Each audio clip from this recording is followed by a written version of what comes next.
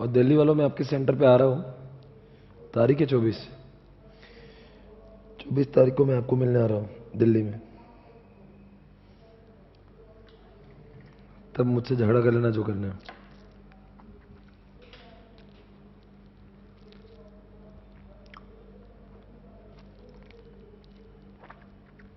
हो गया ये?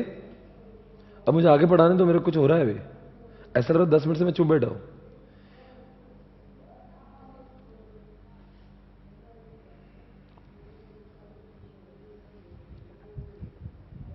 अब मैं समझ पा रहा हूं बाकी टीचर्स अपने क्लास में प्रैक्टिस मैनुअल क्वेश्चन बैंक क्यों नहीं कर पाते।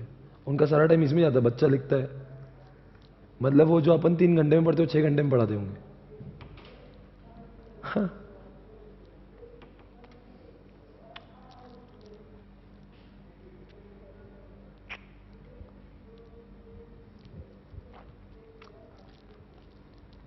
अब इसके बाद का सब आप डाउनलोड कर लेंगे क्या? बहुत टाइम जा रहा है इसमें। जैसा आप बोलो। क्योंकि क्या हो रहा है ये? 10 मिनट से मैंने कुछ एक शब्द पढ़ा ही नहीं आपको। मैं सिर्फ इंतजार कर रहा हूं आपका कब हो जाएगा। और जो वर्चुअल में वो लोग मोबाइल फोन से भी इसको क्लिक कर लो, वैसे भी आ ही जाएगा। और उसका अच्छा डेटा में। और एक काम करो ना, आपका वर्चुअल में व्हाट्सएप ग्रुप बनाओ और मुझे भी उस ग्रुप में ऐड कर लो। और मैं आपको और एक नंबर देता हूं, उसको भी ऐड कर लो, तो मेरा एम्प्लॉय भी आपको सारे इमेजेस डाल देगा उसमें। तो why don't you create a WhatsApp group of your class? उसमें मैं सारे इमेजेस को डाल देता हूं और एक अच्छे तरीके से आपको मिल जाएगा सारी चीज एक जगह पे।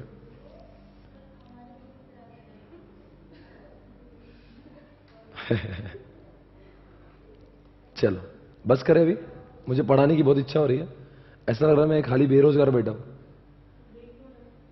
इसको संभालो बेटा। Drinks break. बस करो। क्या पढ़ा आपने मालूम है? आज आपने उसके पहले क्या पढ़ा? अब क्या पढ़ाऊंगा मैं? ये 7 स्टेप्स है जिसको मैंने बहुत शॉर्ट किया था। मेरी इच्छा थी कि मैं आपसे डिस्कस करूं। मतलब पूरे इमेज को अगर आप देखेंगे तो मैंने इस इमेज को इंटीग्रेट किया 7 स्टेप्स में। Number 1, suggestion and objection from what registrar. OL7 से ऑब्जेक्शन लिए, पहला पॉइंट हो गया। नंबर 2, हमने अप्रूवल लिया शेयर होल्डर से, क्रेडिटर से। ये पूरा एकदम शॉर्ट में लिखा मैंने। स्टेप नंबर 3, मैंने फिर अप्रूव्ड स्कीम वापस से सीजी को दी, रजिस्टर को दी, OL को दी। फिर दिस एनी ऑब्जेक्शन, फिर ऑब्जेक्शन लेकर मैंने इसको सीजी को सबमिट किया। और if this any objection suggestion from CG or the act can be order from CG, the scheme process under section 232 of this 2013 act can be order. और step number 6 क्या लिखा है? If there are no objection from CG, it shall be deemed to mean that these bodies have what? No objection. If there is a no objection from, एक तो CG को objection हो सकता है, और ऑब्जेक्शन हो तो क्या करेंगे? और ट्रिब्यूनल क्या बोलेंगे? अब ट्रिब्यूनल बोलेंगे ना, अब ट्रिब्यूनल बोलेगा नहीं नहीं ये सब लोग को प्रॉब्लम, एक काम करो फिर तुम अब मेरे थ्रू काम करो। मेरे थ्रू काम करो मतलब, क्योंकि मेरे थ्रू जब बोला तो मतलब 232 एप्लीकेबल हो जाएगा। ये स्टेप में आपको बहुत बड़ा खुलासा हो रहा है, क्योंकि आपने जब मैं पढ़ा था तब आपने यही पूछा था अब ट्रिब्यूनल क्या करेगा? ट्रिब्यूनल बोलेगा एक काम करो आप, जैसा 232 में लिखा था ना कि आपको ये सब डिटेल्स देके आना है, बिकॉज जब 232 की बात करते हैं हम लोग तो बहुत डिटेल में डेटा देना पड़ता है। तो ट्रिब्यूनल बोलेगा इनको किसको समझ में नहीं आ रही आपकी स्कीम, अब मुझे अगर समझाना है तो आपको 232 के रास्ते से। 232 में कौन मिल रहा है? ट्रिब्यूनल मिल रहा है। 233 में ट्रिब्यूनल है नहीं, ट्रिब्यूनल एंड में आ रहा है। तो ट्रिब्यूनल बोलेगा मेरे रास्ते से आ जाओ। और 6 में क्या हुआ? अगर ऑब्जेक्शन नहीं तो क्या करेंगे? कोई बात नहीं। 7 में if CG has objection, application would be filed before what? Tribunal. ठीक है, वही लिखा है। 5 और 7 में वैसे कोई फर्क नहीं है। If there is an objection and suggestion from CG, वही है।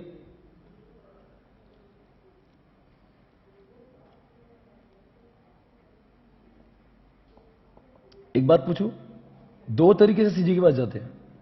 अगर इनको ऑब्जेक्शन है और सीजी को ऑब्जेक्शन नहीं तो क्या होगा? तो कोई बात नहीं, लगे उसको अप्रूवल हो जाएगा। इनको ऑब्जेक्शन नहीं है, सीजी को ऑब्जेक्शन है, तो वो भी ट्रिब्यूनल के पास जाएगा। समझ में आया मैं क्या बोल रहा हूं? और मान लीजिए इनको ऑब्जेक्शन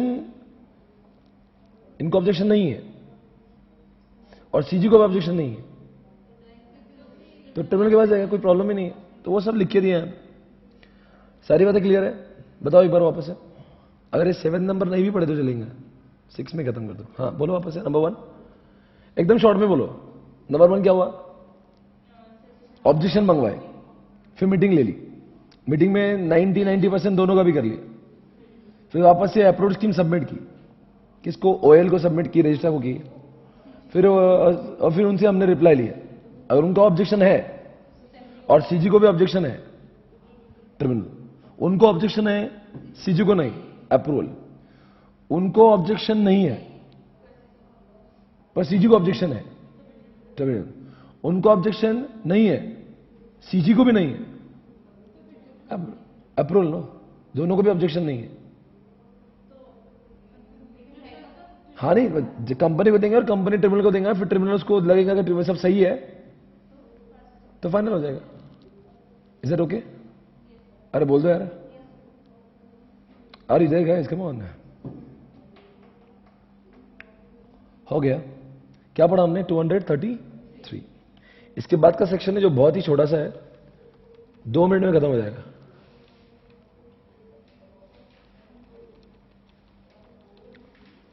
इतना बड़ा 2 मिनट में 234 पे आ जाओ। मैंने आपके लिए एक स्कीम लाया, जरा इस सेक्शन का नाम पढ़ो। मर्जर और अमलगमेशन ऑफ सर्टेन कंपनीज। मुझे इसका बैकग्राउंड बोलने की इच्छा हो रही है, मैं बोलूं? सॉरी, सर्टेन कंपनीज नहीं रहे। मर्जर और amalgamation of what? Company with a foreign company. मैं बोलने की इच्छा रखता हूं, मैं बोलूं? ये वाला केस देखो क्या लिखा है। आपको मालूम है वोडाफोन इंडिया में रजिस्टर्ड नहीं है। वोडाफोन इंडिया का नहीं, वोडाफोन के शेयर इंडियन मार्केट में मिलते नहीं। वोडाफोन इंडिया के बाहर का है और आइडिया इंडिया का है। आइडिया तो कुमार मंगलम बिरला का है, एनएससी बीएससी लिस्टेड है। वोडाफोन तो ये यूके की कहीं तो कंपनी है, कहीं और जगह पे। अब ऐसी जगह पे जब मर्जर होता है ना, एक बात बोलू क्या, पहले जमाने में अलाउड ही नहीं था। क्या अलाउड नहीं था मालूम है? जो कंपनी है, ट्रांसफर ही कंपनी कभी फॉरेन कंपनी हो ही नहीं सकती थी। मतलब जो खरीदार, जो बायर था, बायर वो फॉरेनर अलाउड ही नहीं था। मतलब भारत की कंपनी को कोई बाहर वाला बाय करे, ऐसा 1956 वाले एक्ट में अलाउड ही नहीं था। भारत की कंपनी भारत वाला ही खरीद सकता है। अब कहते ग्लोबलाइजेशन का जमाना है, हम चाहते बिजनेस और बढ़े, वैसे ही बाहर वाला आएंगे इंडिया में तो टैक्स तो भरेंगे ही। तो अगर कल चके वोडाफोन अगर आइडिया को एक्वायर भी करेंगे या फिर आइडिया वोडाफोन को एक्वायर करेंगे, ये दोनों भी चीजें अब संभव हो चुकी है। पहले जमाने में सिर्फ एक ही चीज संभव थी, आइडिया वोडाफोन का कोई बात नहीं, वोडाफोन आइडिया को ना। Transferee company was suppose to be Indian company, पर इसकी वजह से बहुत प्रॉब्लम होने लगी। देश विदेश में होने वाले एक्विजिशन रुक गए। There were so many foreign buyers, they wanted to purchase Indian company but they could not buy. They could not pump their funds in India. अब कोई चाइना की कंपनी, उसको एक इंडिया की कंपनी पसंद आई, now he wants to buy company of India, he can not. क्यों? Allowed ही नहीं था, अभी अलाउड है। इससे तो सेक्शन 234 आया। टैक्स तो भरेगा ना। मान लो वोडाफोन ने आइडिया ले लिया, लेट हिम नो, करेगा भी इंडिया में बिजनेस, टैक्सेस भर के जाएंगे ना, फोकट थोड़ी नहीं जाएगा। पर ऐसे केस में अलाउ तो कर दिया है, पर आइडिया बोलता, आप देखो ना, एग्जांपल ले रहा हूं मैं। फॉर एग्जांपल वोडाफोन ने आइडिया एक्वायर कर लिया, तो इसको तो वो सारी प्रोसीजर फॉलो करना पड़ेगी जो 230 और 32 की है, पर साथ में और एक बोनस दिया और एक डोज दिया कि आरबीआई को पूछ के लो, और वैसा ही करो जैसा आरबीआई ने कहा है। मतलब आमतौर पर हमने आरबीआई से पूछा ही नहीं था। अगर आपने 230 में अगर ऐसा अरेंजमेंट किया है जिसमें प्रॉपर्टी ट्रांसफर नहीं है, और 232 में जहां पे प्रॉपर्टी का ट्रांसफर हो रहा है, सुन के लो मेरी बात, तो उसमें आरबीआई का जिक्र कभी आया नहीं था। नहीं नहीं नहीं, आरबीआई की रूल्स की अभी बात नहीं थी। आरबीआई को सिर्फ हम लोग ऐसे देते थे। इस बार तो क्या है, RBI is playing very important role. RBI के जब तक कहा, आरबीआई इस केस को चेक करेगा, आरबीआई अपने रेगुलेशंस बताएगा, इनका मर्जर वैसे होगा जैसे आरबीआई के रूल्स है। मतलब इसको कंपनीज एक्ट के रूल्स भी फॉलो करना पड़ेंगे और आरबीआई की रूल्स भी फॉलो करना पड़ेंगे। अब आरबीआई बहुत इंटरेस्ट लेगा क्योंकि इंडिया से पैसा बाहर जा रहा है। अब जैसे अभी वोडाफोन पैसे कमाएगा तो इंडिया से बाहर भेजे, इंडिया के बाहर भेजे जाएंगे। मतलब हमारी लक्ष्मी, हमारा फॉरेन करेंसी, इंडिया का पैसा बाहर जाना अच्छी बात नहीं ना। इंडिया का जो फेमा बना है वो किस फॉर्म में कि इंडिया में आने दो, तो हमें कोई प्रॉब्लम। जब इंडिया से बाहर जाता है तो हमें प्रॉब्लम है। अब ये क्या करने जा रहा है ना, वोडाफोन आइडिया को एक्वायर करेगा तो आइडिया मतलब कमाएगा, आइडिया के लोगों का या जो भी पैसा कमाएगा वो इंडिया के बाहर यूके में लेके जाएगा। तो वो बोल रहा है वो जब पैसे लेके जाएगा तो वो पैसे वैसे ही लेके जाना चाहिए और वैसा ही काम होना चाहिए जैसा कौन कह रहा है, आरबीआई कह रहा है। ये सेक्शन खत्म हो रहा है। अब देखना क्या लिखा है, अमालगमेशन हो रहा है। फॉलो रूल्स ऑफ क्या लिखा है, सीजी इन कंसल्टेशन विथ, नहीं समझा? रूल्स किसके, सीजी के, जो किसके कंसल्टेशन में बनाए हुए हैं। मतलब इस स्पेसिफिक केस के लिए कौन रूल्स बनाएगा, आरबीआई। वैल्यूएशन रिपोर्ट भी देखा जाएगा, कहां पे दिया जाएगा, दोनों चीजें।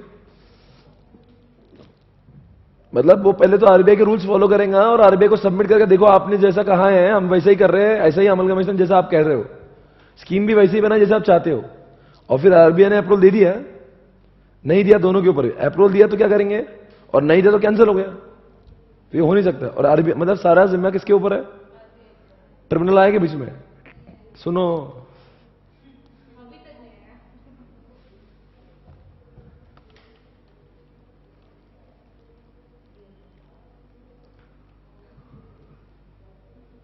दो सौ 32 लिखा है ना मैंने, 230 में भी ट्रिब्यूनल है, 232 में भी ट्रिब्यूनल है। मतलब अगर ऐसा करना है तो 230 का जो लिखा वो तो करना ही है, और वो प्रॉपर्टी ट्रांसफर अगर है तो 232 तो करना ही है, पर साथ में आपको ये भी करना है। पर ये सब 230 और 32 तो बात की बात है, पहले आरबीआई से पूछो कि करना अलाउड है कि नहीं, समझा? और आरबीआई ने मना कर दिया तो नो 30 नो 32, कुछ करना ही नहीं, अलाउड ही नहीं, फिर तो खत्म। मतलब ज्यादा फोकस किसको, ट्रिब्यूनल को है कि आरबीआई को है, आरबीआई को। तो आरबीआई बन गया गेटवे। पेमेंट कंसिडरेशन, फिर आरबीआई बोलेगा ऐसे ऐसे पैसे दो इसको, ऐसे ऐसे पैसे दो। कैसे कैसे पैसे दो, आपको समझा नहीं। दो बातें हो सकती है ना इसमें, कौन सी बातें हो सकती है। एक तो उन्होंने इंडिया के कंपनी को बाय किया, या हो सकता है रिलायंस ने वोडाफोन परचेस किया जो इंडिया के बाहर का है। देखो जैसे टाटा ने कोरस एक्वायर किया, ये क्या उल्टा हो गया ना अभी। हाँ तो ये तो पहले भी अलाउड था, आज भी अलाउड है। तो ये सेक्शन कौन से दो चीजों के लिए अलाउड है, टाटा ने कोरस को एक्वायर किया वो भी अलाउड है इसमें, और इसमें वोडाफोन ने आइडिया को एक्वायर किया वो भी अलाउड है। मतलब दोनों भी अलाउड है, दोनों भी केस आए तो 234। जाहिर सी बात, जब फॉरेन आएगा तो मतलब आरबीआई बीच में आ गया। दोनों में से, चाहे ट्रांसफर हो चाहे ट्रांसफर ही, दोनों में से कोई भी एक। अरे कुछ तो बोला, फॉरेन कंपनी है तो समझ जाना। पर फॉरेन कंपनी का डेफिनेशन क्या है, वो डेफिनेशन इसको एप्लीकेबल नहीं है। फॉरेन कंपनी का मतलब है इसका अपना खुद का फॉरेन कंपनी डेफिनेशन है, any company which is incorporated outside India. आपने फॉरेन कंपनी का डेफिनेशन में कहा था कि उसका प्लेस ऑफ बिजनेस इंडिया में होना जरूरी है। आप बोलते हैं इसका प्लेस ऑफ बिजनेस रहा भी तो चलेगा, नहीं भी रहा तो चलेगा। जो भी कंपनी इंडिया के बाहर रजिस्टर्ड है, अब मान लो कोरस जो था उसका इंडिया में तो कोई बिजनेस भी नहीं था,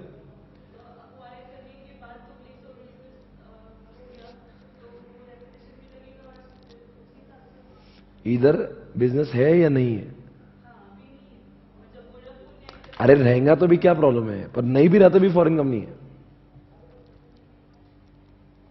मतलब तुम उसको ही फॉरेन कंपनी मत बोलो कि जिसका बिजनेस इंडिया में है। Any company which is incorporated outside India, ये वाइडर हो गया ना फिर तो। क्या बोल रहे हैं बोलो।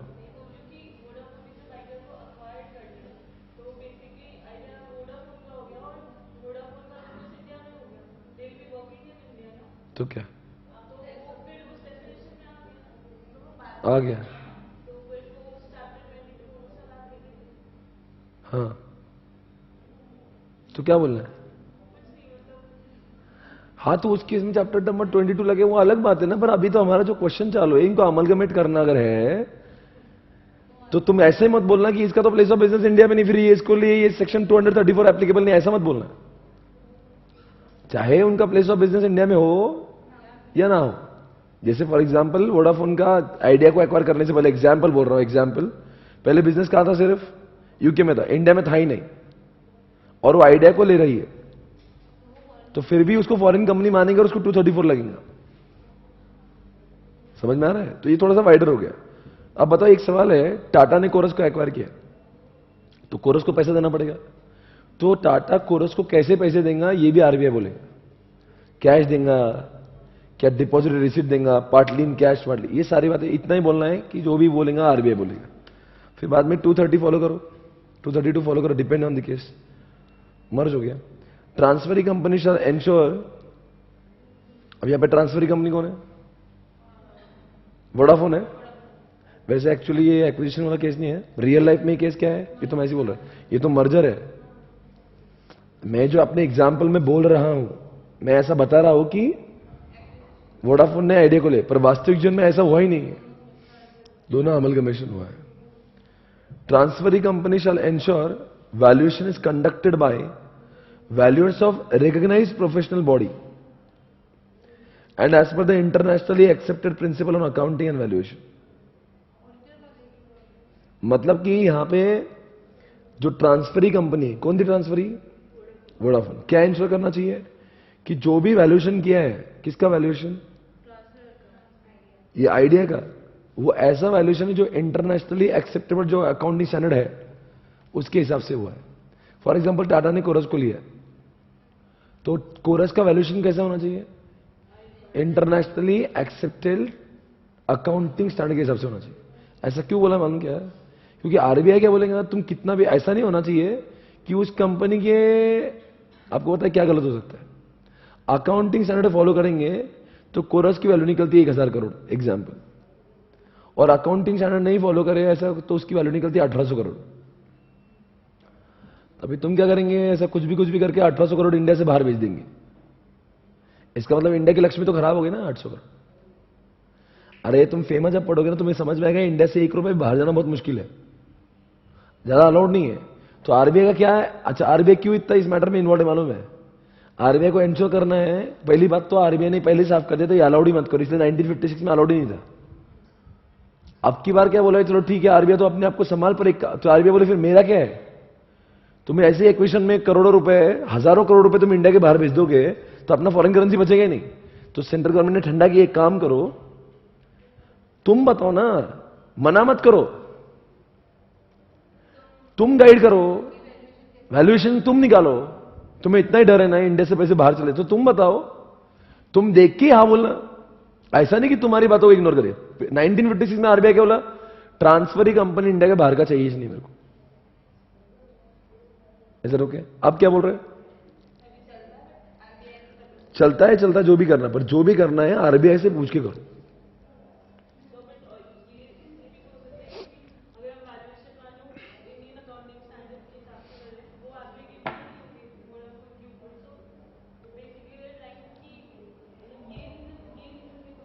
हाँ, रीजन कुड बी एनीथिंग, अभी लॉ लिखना लिख दिया।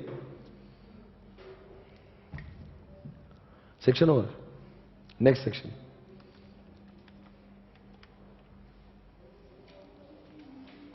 क्या पढ़ा हमने अभी? 235 ओवर।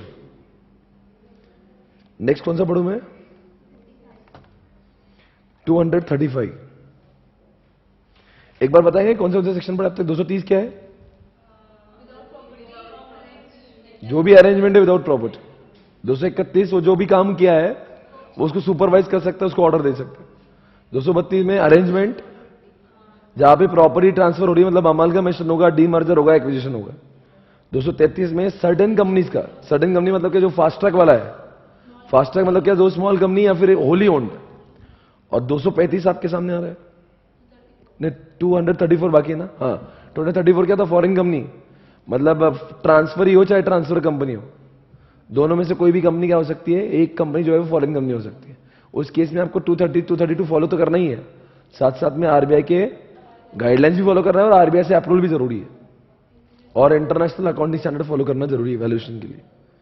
अब ये रहा आपके सामने, बहुत मजा आ रहा है इसे पढ़ाने को मुझे।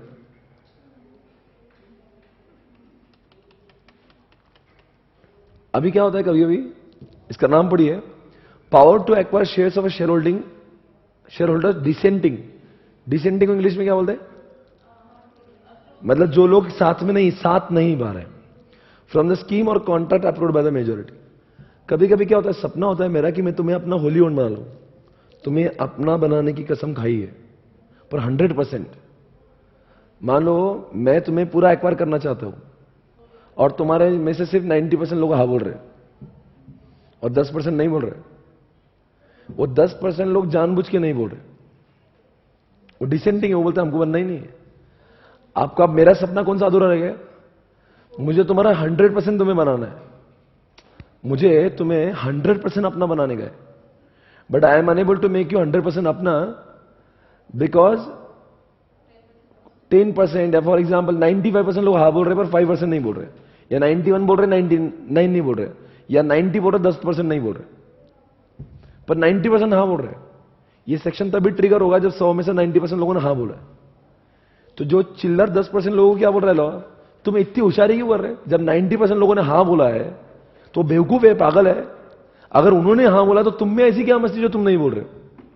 तो दोस्तों, जो लोगों ने 10% लोगों ने नहीं बोला है उनको बोला है इधर आओ।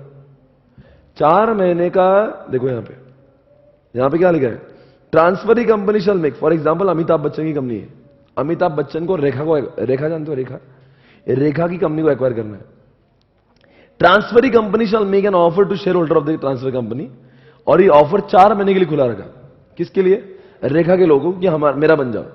तो अमिताभ ने ऑफर दी कि तुम्हारे जितने भी लोग हैं तुम मेरा बन जाओ। तो 4 महीने के अंदर 90% ऑफ द वैल्यू के लोग रेखा की कंपनी ने हां बोल भी दिया, और किस में आ गए? और अमिताभ ने उनको पैसे भी दे दिए। अब अमिताभ रेखा के अंदर कितना स्टेक है? नॉट लेस देन 90, मतलब 91 92 भी हो सकता है।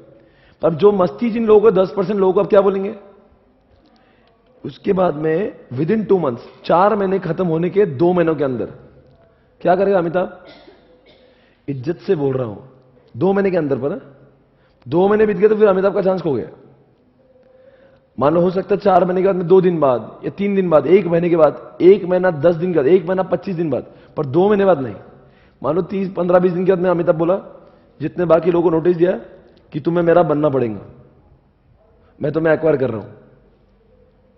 जबरदस्ती धथिंग वाला सेक्शन है, धथिंग। और हमारी इच्छा नहीं है, क्या बोला? मुझे तुम्हें अपना बनाने का है, और तुम्हारी वजह से मेरा सपना जो है वो अधूरा है। रेखा अभी भी मेरी होली 100% नहीं बन पा रही, वो मेरी होली ओन्ड है पर नहीं बन पा रही सिर्फ तुम्हारे दरिंदों की वजह से। तो अब क्या होगा? 2 महीने के बाद में नोटिस जाएगी, वो क्या लिखा है? Without the consent of remaining share holder transferring company has bot acquired share. समझा क्या? कंसेंट नहीं, डायरेक्ट धथिंग एक्वायर्ड। अभी इसने क्या फरमान दे दिया कि मैं तुम्हें एक्वायर कर रहा हूं। फिर अब उसमें से भी ऑप्शन क्या दिया है? अगर तुम्हें वो फिर उन लोगों को दर्द है, मतलब नोटिस भेजा गया है, तो कुछ लोग बोले हमको जाना ही नहीं, हमें अमिताभ का बनना ही नहीं, तो फिर अगर उनको अपोज करना है तो उनको 1 महीने के अंदर ट्रिब्यूनल को बोलना पड़ेगा कि हमें अमिताभ का बनना नहीं है। किसके ऊपर? तो नहीं, उनको देर में चांस दिया ना उसके। Dissenting share holder can make an application. किसको एप्लीकेशन करेंगे? ट्रिब्यूनल। कितने दिन के अंदर? काय के 30 दिन? 6 महीने के बाद नहीं चिंती, आपने सेक्शन को गलत समझा। 6 महीने के बाद क्यों?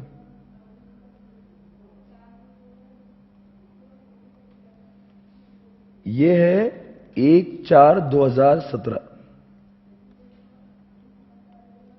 जिस दिन अपना ऑफर स्टार्ट हुआ, बराबर है। 4 महीने कब खत्म होंगे? 1/8 ऑफर ओवर। 4 महीने के अंदर कितने लोगों ने हाँ बोल दिया? हाँ बोल दिया। अब फिर 10% लोगों को यहां से लेके 2 महीने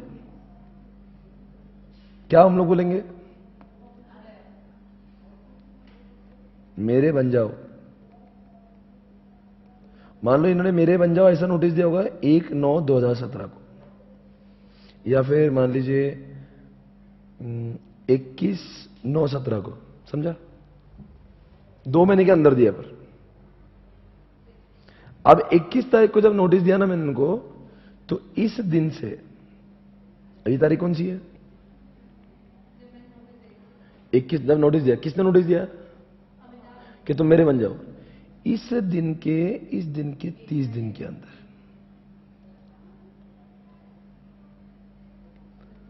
अब बोलो क्या? अपील टू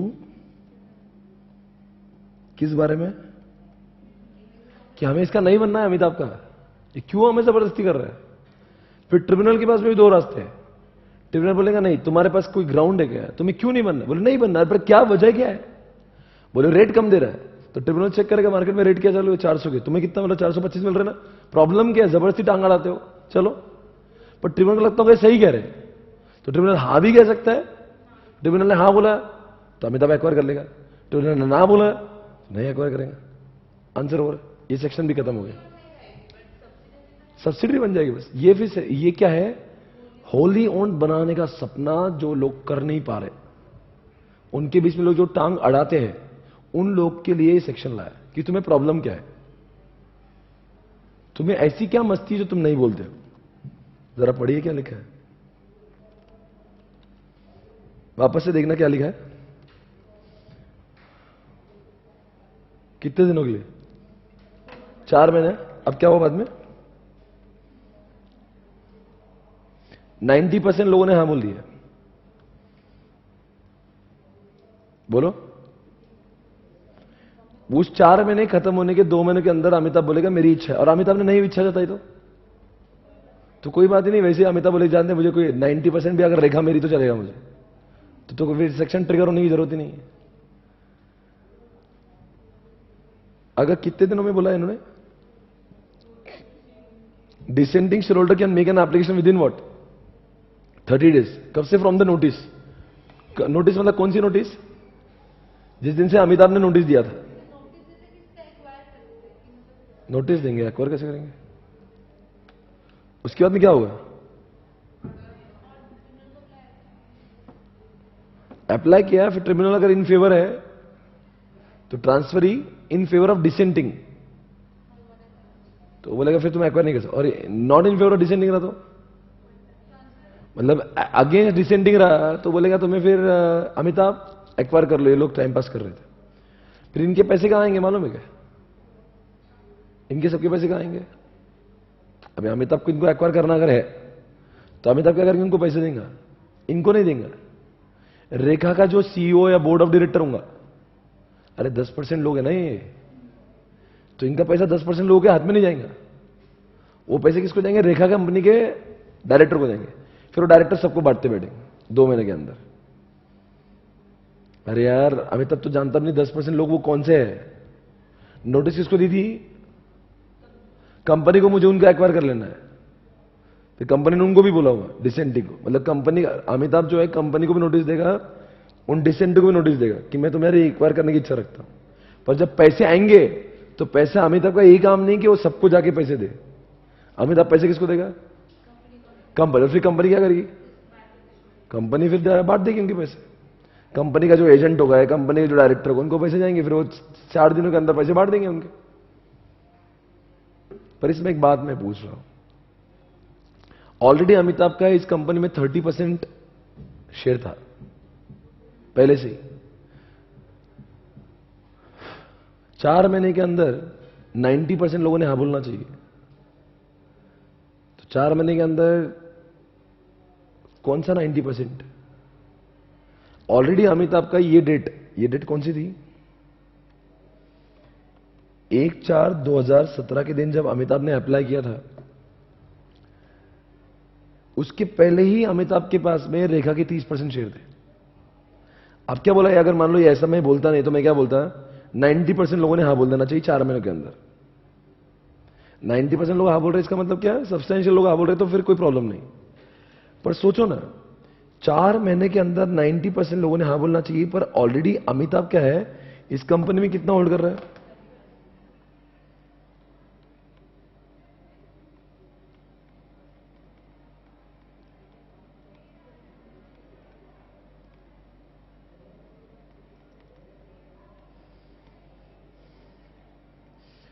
अब बताओ 90% कितना?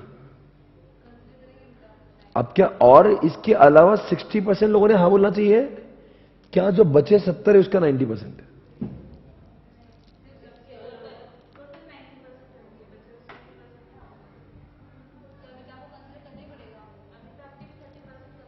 And the answer is remaining जो है,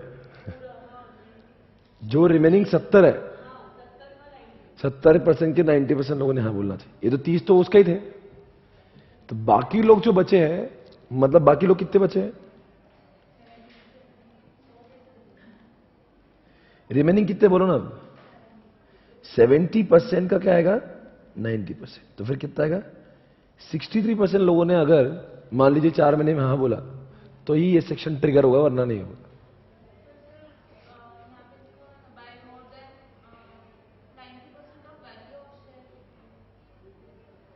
other than those shares which are already held. जो ऑलरेडी होल्ड किए उसको नहीं पकड़ने का, समझा क्या? क्यों लॉजिकल गलत है? सही तो है। तुम जबरदस्ती कर रहे हो सामने वालों पे। ऑलरेडी तुम 30% लेके बैठे हो, 60% ले रहे। अगर तुम्हारे हिसाब से 60 आना चाहिए, हमारे हिसाब से 63 आ रहा है। तुम्हारे हिसाब से आंसर क्या आ रहा है? 60। हमारे हिसाब से 63 आ रहा है, और हम 63 से ही बोल रहे हैं।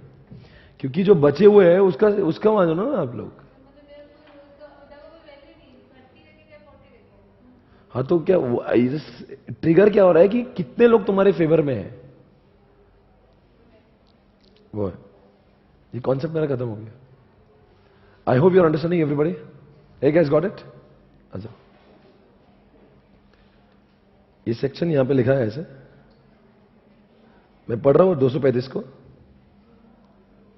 Where the scheme or contract involving transfer of shares or any class of shares in a company to another company has within 4 months after making offer in the behalf of transferring company been approved by the holders not less than 9/10 in the value of the shares whose transfer is involved। मतलब 100% में से कितने लोगों ने हाँ बोलना चाहिए?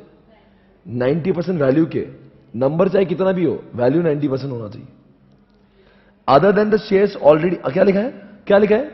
क्या लिखा है? अभी बताओ क्या लिखा है? क्या लिखा है? Other than shares already held at the date of the offer by or by the nominee of the transferee or its subsidiary, और इट्स सब्सिडरी भी लिखा है। मतलब इन्होंने जो पैसे ऑलरेडी इसमें इन्वेस्ट किए हुए हैं उसको कंसिडर नहीं करने का। अदर देन लिखा है, मतलब जो बचे हुए जो है, 30% ऑलरेडी इसका है, तो बचे कितने? 70। तो 70 का 90%। यहां पे ये भी लिखा है, उसके अगर सब्सिडरी नहीं होल्ड किया, मतलब अमिताभ ने भले ही नहीं होल्ड किया, पर अमिताभ के सब्सिडरी नहीं होल्ड किए, तभी भी उसको आपने कंसिडर करना चाहिए। मतलब वो ऐसे ही मानेंगे जैसे वो अमिताभ की है। द ट्रांसफरिंग कंपनी में or may at any time within the 2 months after the expiry of the said 4 months। समझा क्या? Give notice to the prescribe manner to any dissenting share holder that it desires. समझा क्या? वो company को और descending को क्या क्या बोलेंगे कि आप तुम्हें हम अपना बनाना चाहते हैं, भले तुम्हारी इच्छा नहीं है। कौन से इसमें जाएगी वो नोटिस? CAA 14 में जाएगी। Where the notice of subsection 1 is given, the transferring company shall, unless on an application made by the descending shareholder to the tribunal, क्या लिखा है? Within 1 month from the date of such notice, tribunal thinks fit to the order otherwise be entitled to and bound to acquire। समझा क्या? इसका मतलब क्या होगा? अगर उन्होंने ऑर्डर नहीं की, या सर उन्होंने अपील नहीं की, या फिर अपील भी की होंगी पर ट्रिब्यूनल ने उनका साथ नहीं दिया, तो अमिताभ बच्चन जबरदस्ती उनके सारे शेयर्स को एक्वायर कर लेगा।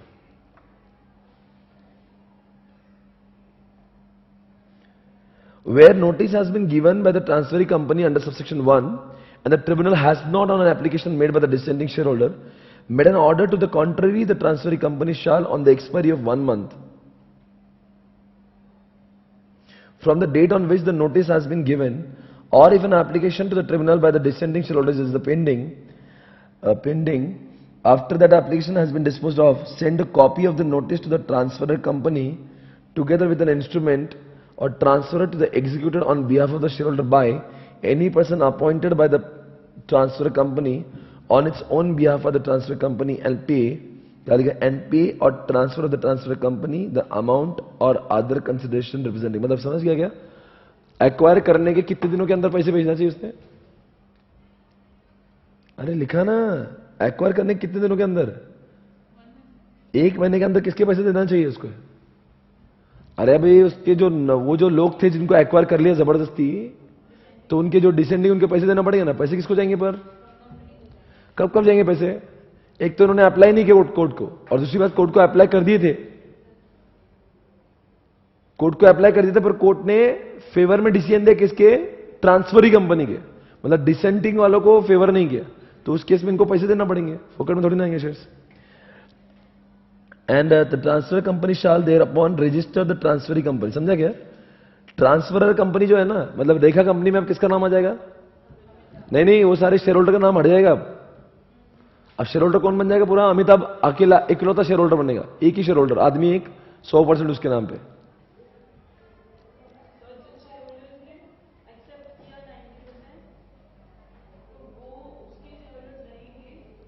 अरे तो वो तो मेरे ही हो गया ना। आई परचेज थे, मैंने उनको भी तो पैसा दे चुका था मैं पहले। अरे 90% लोगों का तो पहले ही पैसा दे चुका हूं मैं। Within 1 month of the date of such registration inform the dissenting share holder. समझा क्या?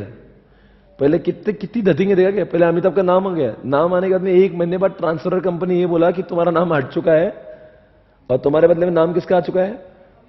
अमिताभ का नाम आ चुका है।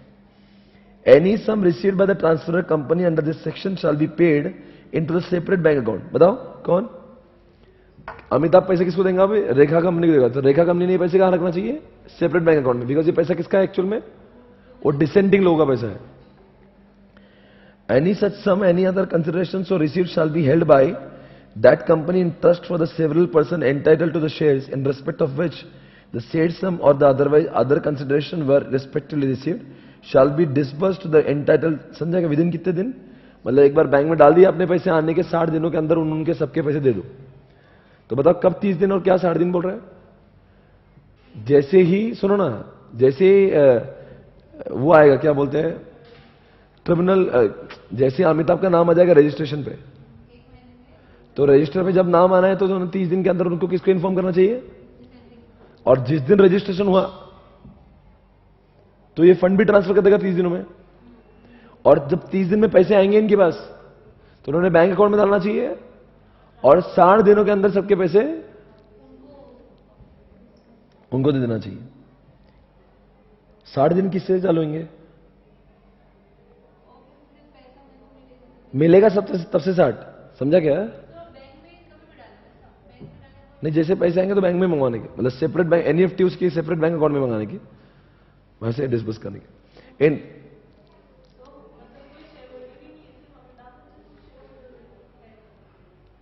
हाँ, तो होली वंड क्या है, किसको बोलेंगे फिर? होली वंड मतलब मैं अभी रेखा का एक ही share holder. In relation to an offer made by the transfer company to the shareholder of transfer company before the commencement of this act, the section shall have effect with the following modification, namely, पढ़ने की जरूरत नहीं है, एक बार आप खुद पढ़ो क्या लिखा है, फिर मुझे बात बताओ। In relation to an offer made by transfer company to the shareholder of a transfer company before the commencement of this act। अरे यार, इस एक्ट के पहले अगर ऐसे सबको अगर क्या किया होगा, ऑफर दी होगी, वो सेक्शन नंबर जो इस एक्ट के पहले भी तो ऐसा होता होगा, वो सेक्शन नंबर तो 395, इसके पुराने वाले सेक्शन का नाम है 395। तो किसने 395 में अगर ऑफर दिया होगा तो छोड़ो ना, ऐसा नहीं आता एग्जामिनेशन में, तो फिर उसके लिए क्या करना पड़ेगा वो भी लिखा हुआ है। अरे हम तो ऐसा बोल रहे हैं, अगर नए एक्ट में कुछ, ये कब की बात कर रहे हैं, ऑफर कब दिया था? 1956 के 395 सेक्शन में जिसने ऑफर दिया था, क्या करने का उससे? आगे बढ़ो।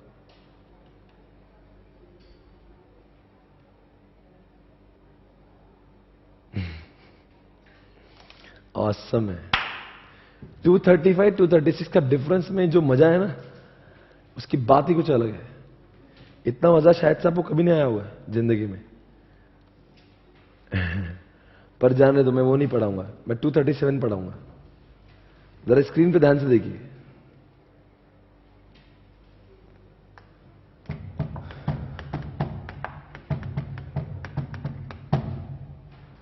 क्या लिखा है जरा ध्यान से देखिए, 237 की बात कर रहा हूं मैं।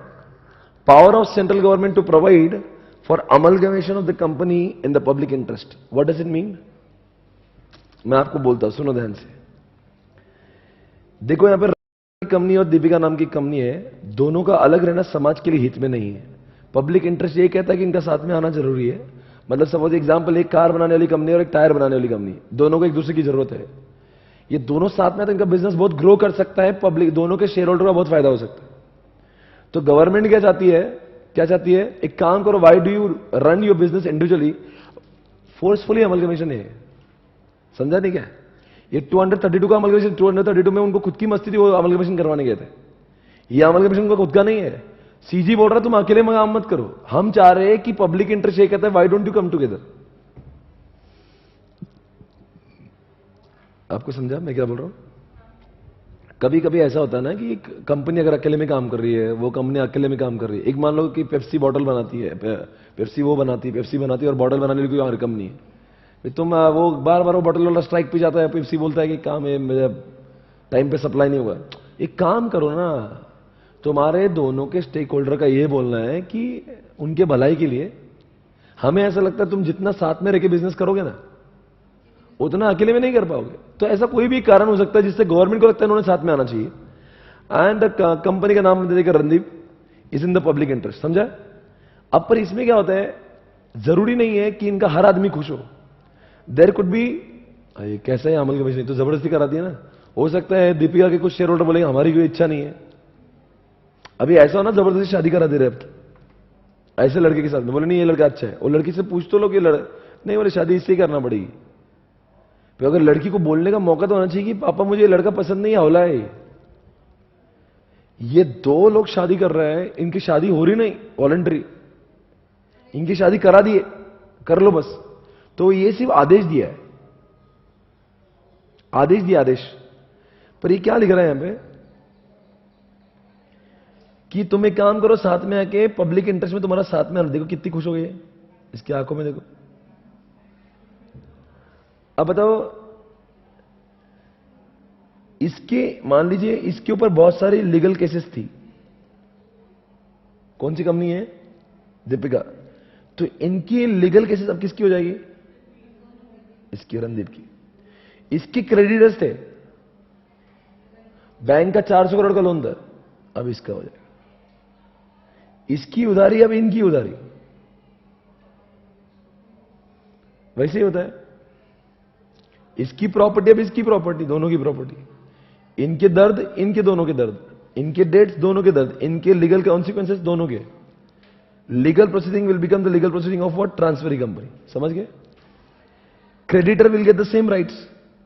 अगर ये दीपिका ने 200 करोड़ रुपए सचिन तेंदुलकर से लिए होंगे, तो 200 करोड़ सचिन को लेने का अधिकार अब रणदीप से भी है। In case is getting lesser from the transferring company, creditor can get what? समझा नहीं? किसको कॉम्पनसेशन मिलेगा? 400 करोड़ थे, इनको 200 करोड़ की प्रॉपर्टी मिल गई इसमें से, बाकी पैसे कौन देगा? अरे मतलब जितना पैसा दीपिका ने सचिन से लिया 200 करोड़, तो 200 करोड़ अब ये तो बंद हो गई, दीपिका तो रही नहीं, तो 200 करोड़ का एक एक रुपया दोनों से लेंगे, एक रुपया भी कम नहीं मिलेगा। पर ये शेयर होल्डर, ध्यान से देखिए कौन है शेयर होल्डर। ये देखो इसके कितने आंखों में देखो आंसू के, देखो ये कौन है? ये सिद्धार्थ माल्या है। और ये कौन है? रणवीर कपूर। रणबीर कपूर। ये दोनों भी दीपिका के एक्स बॉयफ्रेंड है, दोनों भी रो रहे हैं। अभी क्यों रो रहे हैं आप सभी जानते हो। ये डिससेटिस्फाइड है इस जजमेंट से कि इनकी, मैं भी, मेरा भी फोटो लगा दो एक, मैं सबसे बड़ा डिससेटिस्फाइड आदमी हूं। इसकी जब भी मैं रणवीर को बिल्कुल पसंद नहीं करता। क्यों? यहां पे इनका एज का काम नहीं, यहां पे मेरा काम है। पर कोई बात नहीं। तो ये जो है विद इन 30 डेज कहां जाएंगे? ट्रिब्यूनल की बात जाएगी। रोते रोते गए, ट्रिब्यूनल क्या करेगा? ऑर्डर देगा। पर यहां पे लिखा no order shall be passed unless copy of the propose order send to all. मतलब ये ऑर्डर जब तक फाइनल नहीं होगा, कब तक बोलो ना, जब तक ये जो स्कीम है उसकी कॉपी हर किसी आदमी को दी जो कनेक्टेड है, मतलब हर कोई, दोनों का हर कोई मेंबर, हर कोई बैंकर, हर कोई क्रेडिटर, सबको पता होना चाहिए नहीं हो रहा है before the expiry of appeal. मतलब क्या? अरे इन्होंने शेयर होल्डर ने अपील करे ना, किसको अपील करे? तो ट्रिब्यूनल, मतलब जब तक वो ट्रिब्यूनल का खुलासा नहीं आएगा तो सेंट्रल गवर्नमेंट इनका क्या नहीं करेगा? अमलगमेशन नहीं करेगा। अरे इसने अपील किया ना, अपील मान लो 2 साल तक चला, 2 साल तक खुला, तो 2 साल तक अमलगमेशन हो ही नहीं सकता, तो स्टे आ जाएगा 2 साल तक। सजेशन ऑफ द क्रेडिटर, अब देखो सही लिखा है, तो जो क्रेडिटर है, जो दोनों के डेटर्स है, उनके सजेशन मायने करते हैं ना। अरे गवर्नमेंट ने बोल दिया तुम अमलगमेंट हो जाते, तो क्रेडिटर को तो पूछो, क्रेडिटर बोलेगा हमसे भी तो पूछो, हमारा क्या है, तुमने तो बोल दिया, जब हमने इनको पैसे दिए थे तो हमने दीपिका को दिए थे, अब तुम बोल रहे दीपिका इसके अंदर अमलगमेंट हो गई। तो जब भी गवर्नमेंट ऐसा फैसला लेगा तो government will take what, will take the opinion of shareholder and creditors into the consideration. जब तक ये तीनों चीजें नहीं होंगी तो गवर्नमेंट क्या चेक करेगा? सबको नोटिस दी थी क्या नहीं, अपील वाला काम पीरियड खत्म, अपील वाला सब मैटर खत्म हुआ कि नहीं, और शेयर होल्डर का और क्रेडिटर्स का ओपिनियन कंसिडर करने के बाद ही सेंट्रल गवर्नमेंट ही ऑर्डर करेगा, बिकॉज ये पावर सेंट्रल गवर्नमेंट की है। ये ट्रिब्यूनल अप्रूवल नहीं कर रहा, ट्रिब्यूनल तो इस पिक्चर में है भी नहीं, ट्रिब्यूनल आएगा भी नहीं अगर कोई डिससेटिस्फाइड नहीं होगा, ये तो डायरेक्ट फाइनल हो जाएगा। मान लो कोई डिससेटिस्फाइड नहीं तो क्या होगा? सेंट्रल गवर्नमेंट फाइनल कर देगा इसको, इतना चेक करेगा कि क्रेडिटर्स क्या बोल रहे हैं, इतना चेक करेगा शेयर होल्डर क्या बोल रहे हैं, और कॉपी सबको भेजी थी। That's all over. 237 भी खत्म हुआ। वापस से बोलना क्या हुआ 237 में? अगर सेंट्रल गवर्नमेंट को ऐसा लग रहा है कि 2 कंपनियों का आपस में जुड़ना बहुत जरूरी पब्लिक इंटरेस्ट में, तो वो फरमान निकाल देंगे तुम जुड़ जाओ। पर उस केस में जो इनके ट्रांसफरर कंपनी होगी उनके लीगल प्रोसीडिंग इनके हो जाएंगे, उनके क्रेडिटर इनके हो जाएंगे। पर कोई डिससैटिस्फाइड है तो 30 दिनों के अंदर ट्रिब्यूनल में जा सकता है, और ट्रिब्यूनल का जब तक ऑर्डर आता नहीं तब तक गवर्नमेंट इसको फाइनल करेगा नहीं। गवर्नमेंट ये भी इंश्योर करेगा कि इसको ऑफिस सबको गई थी, मतलब स्कीम सबको मालूम है। और तीसरी बात, इनके सजेशंस भी लेंगे। इसी के साथ में 237 खत्म हो गए। It was 237, but I did not teach you what is 236। 236 मैंने अब तक पढ़ाया नहीं आपको, 236 में अभी नहीं पढ़ा क्योंकि उसके अंदर बहुत दर्द है। मैं आपको 238 पे लेके रहा हूं। इसके बाद की जो सेक्शंस है आप ही देख लो, सो स्मॉल। 238, 39, 40 दोनों तीनों बहुत इजी है, I mean they are not very difficult. क्या लिखा है? Registration of offer of scheme involving transfer of shares.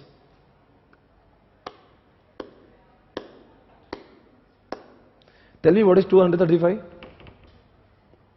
अभी तो पढ़ा, वो डिसेंडिंग वाले, अमिताभ वाला,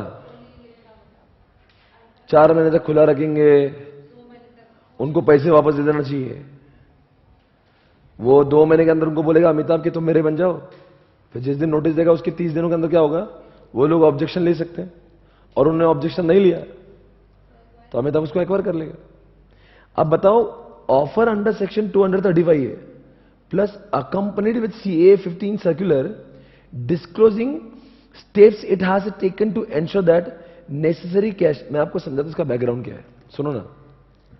आप समझे नहीं, ये सेक्शन पहले भी था वैसे।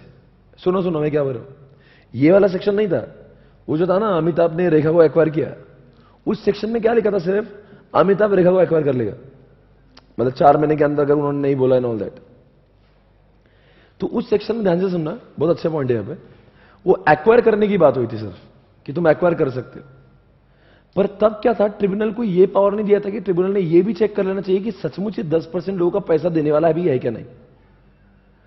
क्या बोल रहा था कि उनका बहुत सारा प्रॉब्लम हो रहा था, कितना, मतलब 90% लोगों को ले लिया, और वो 10% डिसेंडिंग लोग थे। तो 10% लोगों को पैसा कितने दिन में मिलना चाहिए, क्या मिलना चाहिए, ट्रिब्यूनल ने इसके बारे में बगैर सोचे क्या बोल दिया कि तुम 10% को भी एक्वायर कर लो। अब की बार क्या बोल रहा है कि तुमने 4 महीने के अंदर 90% लोगों ने हां बोल दिया, 2 महीने के अंदर क्या करो, नोटिस दे दो, और उन्होंने कुछ नहीं बोला तो तुम बाकी लोगों का शेयर एक्वायर कर लो और उसके पैसे दे दो। इतना बोला, उनके पैसे दे दो। अब क्या बोला है, पैसे देंगे, पर ट्रिब्यूनल हां बोलने से पहले ये सब कुछ चेक करके लेगा, ये जो लिखा है। Disclosing the steps it has taken to ensure that necessary cash will be available, also submit to what ROC, accept करेगा तो ठीक, रिफ्यूज करे तो communicate in what 30 days to party. मतलब क्या चेक करके लेगा भैया आरओसी, क्या चेक करके लेगा कि ये जो इंसान है अमिताभ, क्या उसके पास में उतना फंड्स है भी या नहीं कि वो इन गरीबों का पैसा देते आएगा। ट्राई टू अंडरस्टैंड ये क्या हुआ 235 को 235 के साथ में ही यू हैव टू रीड 238, मतलब 238 shall be red along with 235। नहीं समझा था, एक बार बोलता हूं, 238 को आपको रीड करना पड़ेगा 235 के साथ में। 235 में क्या बोला था,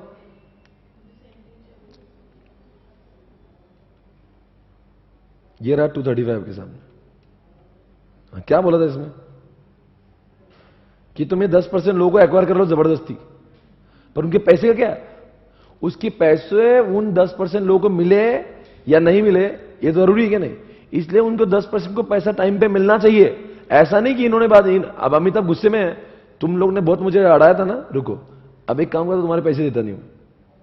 इसीलिए क्या करता है, अभी क्या बोला है कि ऐसा नहीं चलेगा।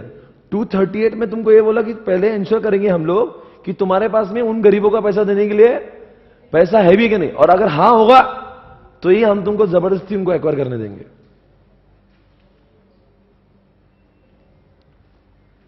इधर देखो, ये पढ़ लो, आपको ये डेटा मेरे पास है, ध्यान से पढ़ना, ये आपके बुक में नहीं है, ये मेरा खुद का एनालिसिस है, ध्यान से पढ़ना क्या लिखा है। पैराग्राफ 32, 37 जो भी लिखा है, have dealt with the need for the checking the malpractices in relation to takeover, इसमें malpractice हो रही थी, and acquisition of shares of the dissenting shareholder under the scheme or a contract approved by the majority with a view to prevent such malpractices। समझा क्या malpractice हो रही थी, ये लोग एक्वायर तो कर ले रहे थे जबरदस्ती, अरे क्या था, पहले इनको अपना नाम ट्रांसफर करना था और 30 दिनों के बाद में पैसे भेजना थे, नहीं पैसे तो शेड्यूल बैंक में डालेंगे 30 दिनों के अंदर, बाद में कंपनी देंगी सब लोगों को 60 दिन में। पर क्या कर रही थी कंपनी, तो अपना नाम पे अमिताभ के नाम पे शेयर तो हो जा रहे थे, पर अमिताभ इनको पैसे नहीं दे रहा था, बैंक अकाउंट में जमा ही नहीं कर रहा था। तो ये मैल प्रैक्टिस को अवॉइड करने के लिए सेक्शन को लाया गया, लिखा है it is necessary to take with a view to prevent such malpractices measures necessary take it is considered necessary to take effective measures on the lines suggested in the said report to ensure that adequate information is disclosed in what take or offer। समझा क्या, जब तुम 10% को acquire कर रहे हो तो तुम्हारा पूरा डिस्क्लोजर होना चाहिए कि तुमने 10% लोगों का पैसा कैसे दोगे to the shareholder, so that they could be allowed to जज for themselves whether or not accept the offer for this. समझा क्या, क्योंकि वो डिसेंडिंग करना क्या नहीं करना, नहीं समझा क्या, क्योंकि उनको अभी भी राइट है ना डिसेंडिंग, तो अरे जो डिसेंडिंग नहीं समझा आपको, 10% लोगों को मैंने 4 महीने के बाद में एक नोटिस दिया, तो अभी भी क्या बोल सकते, ठीक है हमको कोई ऑब्जेक्शन नहीं, लाओ पैसे लाओ, पर वो क्या बोल रहे हैं, हमारे पास में बोला लिख के दे दो कि हम 10% भी उनके हो जाएंगे, पर हमारा पैसा कितने दिन में मिलेगा। और अगर आपने वो बातें क्लियर नहीं लिखी तो हम लोग क्या करेंगे, जिस दिन नोटिस आएंगी उसके 30 दिनों के अंदर वापस से क्या करेंगे, ट्रिब्यूनल के पास जाके बोलेंगे कि हमें यहां पे, फिर ट्रिब्यूनल बोलेगा क्या बोले तुम लोग क्यों नहीं बोला, बोले हमारे पास अगर हम लोग जाएंगे भी तभी भी हमको पैसा मिलने वाला नहीं, बिकॉज टेक ओवर के नोटिस में पैसे का जिक्र ही नहीं किया। अब बोला तुम्हें झक मार के कंपलसरी तुम्हें टेक ओवर के नोटिस में लिखना है कि तुम पैसे कितने दिन में दोगे इनके, ये सेक्शन है। It is propose to amend section 395 to provide that any such offer or any circular etcetera containing such offer shall be accompanied by such information as may be prescribed by the, समझा क्या, shall contain a statement disclosing the steps taken by or on behalf of company making the offer, disclosing the steps it has taken to ensure that necessary cash will be available for the payment of consideration for the shares to be acquired। Understood? किसकी practice को avoid करने के लिए, मतलब कौन गलत काम कर सकता है यहां पे, मतलब अमिताभ, उसके मैल प्रैक्टिस को रोकने के लिए सेक्शन को लाया। इसलिए बोलता है कि ये जो सेक्शन है ना, क्या नाम है उसका, 395 को अमेंड करना जरूरी था, पर उन्होंने 395 को अमेंड नहीं करा, अब वो एक्ट ही चेंज हो गया। अब 395 के बदले में अब एक नया सेक्शन आया जिसका नाम है क्या, 235, and which shall be red with what 238। I hope you understood this, ये लिखा है। तो आपको एक काम करना है, इतना लिखना है, बस लिखो, इतना लिख दो,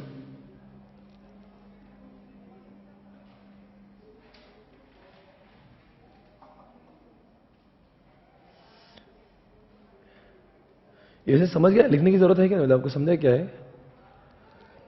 देखो, this step is taken to avoid the malpractices of acquirer. This step is taken to avoid malpractices of acquirer.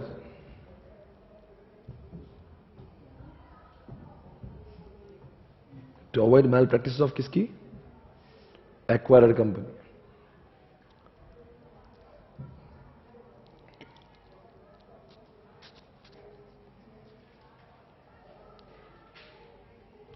चलो बताओ अभी तक क्या क्या सेक्शन पढ़ा हमने?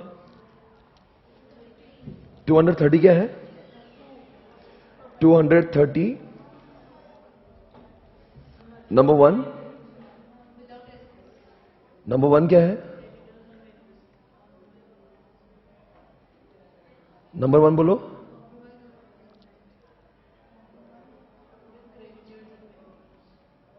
ये तो सिर्फ नॉर्मल बात है. ये तो क्या प्रॉपर्टी की ट्रांसफर है, ऐसे ही है. 31 में क्या लिखा है?